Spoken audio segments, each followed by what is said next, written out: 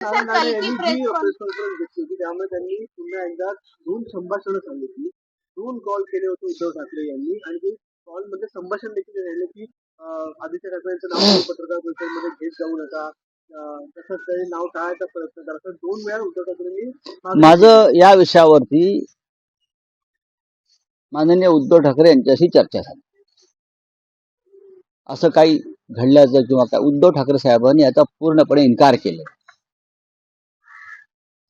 असा कोणताही फोन या संदर्भात नारायण राणे यांना झालेला नाही आणि हे संभाषण झालेलं नाही.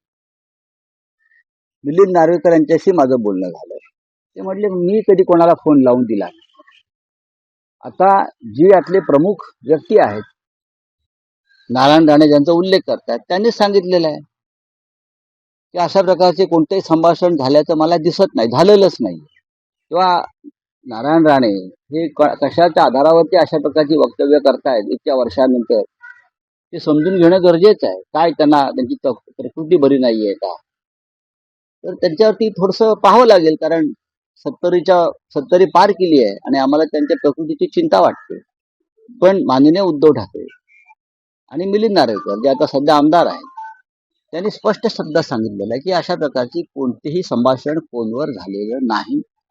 किंबहुना नारायण राणे यांना जेव्हा अटक केली, त्यांनी जेव्हा मुख्यमंत्र्यांवरती जे भाष्य केलं त्यानंतर त्यांना जी अटक केली, तर त्यांच्यासाठी त्यांच्या कुटुंबातून फोन आले होते उद्धव साहेबांना, जरा सांभाळून घ्या, त्यांची प्रकृती बरी नाही, त्यांना काही विकार आणि त्रास आहेत. आणि त्यानंतर संध्याकाळी उद्धव साहेबांनी त्यांना पोलिसांना सूचना देऊन त्यांना सुटका करायला आला. केंद्रातून फोन आले, अमित शहाचा फोन आला होता उद्धव ठाकरे साहेबांना त्यासाठी किंवा हमारे केंद्रीय मंत्री हे जरा संभाल केले ना. त्यांच्या कुटुंबियांचे फोन होते राणेंच्या. आता ह्या गोष्टी काढायच्या असतात का?